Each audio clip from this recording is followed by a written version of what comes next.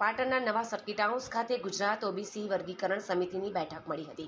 આ બેઠકમાં નિર્ણય લેવાયો કે ઓબીસી અનામતમાંથી પછાત વર્ગના સમાજોને અલગ અનામત મળે તે માટેની આગામી સમયમાં વિવિધ કાર્યક્રમો યોજાશે। રાજ્ય સરકારમાં ઓબીસી વર્ગીકરણને મંજૂરી મળે તે માટે આ કાર્યક્રમ ખાસ યોજાયો હતો। આ બેઠકમાં ઠાકોર સમાજના અગ્રણી રણજીતસિંહ ઠાકોરે જણાવ્યું કે ઓબીસી અનામતના 27% હિસ્સામાંથી 20 સમાજ આર્થિક રીતે સક્ષમ છે। આ સમાજો મોટા પાયે અનામતોનો લાભ લઈ રહ્યા છે, જ્યારે અન્ય પછાત સમાજો આર્થિક રીતે સક્ષમ નથી, તેથી તેઓને સરકારી નોકરીમાં તક મળતી નથી। સક્ષમ સમાજો સ્પર્ધાત્મક પરીક્ષાની તૈયારી માટે તમામ સુવિધાઓ આપે છે, પરિણામે નોકરી પણ મોટાભાગે એ સમાજના ઉમેદવારોની પસંદગી થાય છે। તેમણે વધુમાં જણાવ્યું કે સરકાર ઓબીસી વર્ગીકરણ કરે અને આર્થિક રીતે પછાત સમાજોને અલગ અનામત આપે તેવી માંગણી કરી છે। આ મુદ્દે પાટણમાં ઓબીસી સમાજનું સંમેલન યોજાશે। જિલ્લા કલેક્ટરને આવેદનપત્ર પણ આપવામાં આવશે। 20% અનામત આર્થિક રીતે પછાત સમાજોને અલગથી આપવામાં આવે તેવી માંગણી ઉઠાવવામાં આવશે।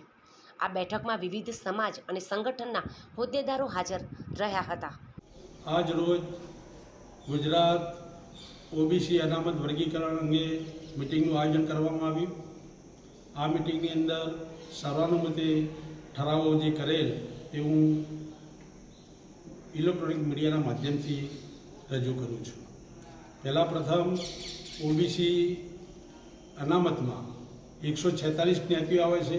એ પૈકી 126 જે જ્ઞાતિઓ છે જે અનામતથી વંચિત છે, અનામતનો લાભ મેળવી શકતી નથી।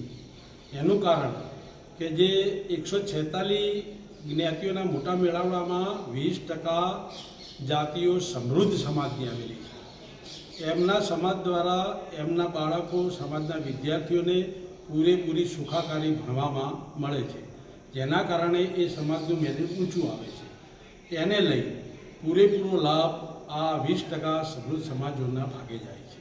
બાકી 126 જ્ઞાતિઓ પૈકી ઠાકોર સમાજ છે, કોળી સમાજ છે, રાવળ સમાજ છે, પટણી સમાજ છે, પ્રજાપતિ સમાજ છે, વણજારા સમાજ છે, એ તમામ જ્ઞાતિઓને આ ઓબીસી અનામતનો લાભ મળે એ માટે 20 થી 21% અનામત રાખવામાં આવે વર્ગીકરણના ભાગરૂપે। એ બાબતે એવું ઠરાવવામાં આવે છે કે આ જે નાના નાના સમાજ છે એમના પ્રતિનિધિ મંડળને મળવાનું નક્કી કરવામાં આવ્યું છે અને આ 126 સમાજના જ્ઞાતિઓના આગેવાનો, સમાજના પ્રજા તમામ મળી અને આગળ સરકારશ્રી સામે આક્રમકતાથી ન્યાયિક માગણી રજૂ કરશે એવું ઠરાવવામાં આવ્યું છે। શું નામ તમારું? અમારું નામ રણજીતસિંહ ઠાકોર, પાટણ।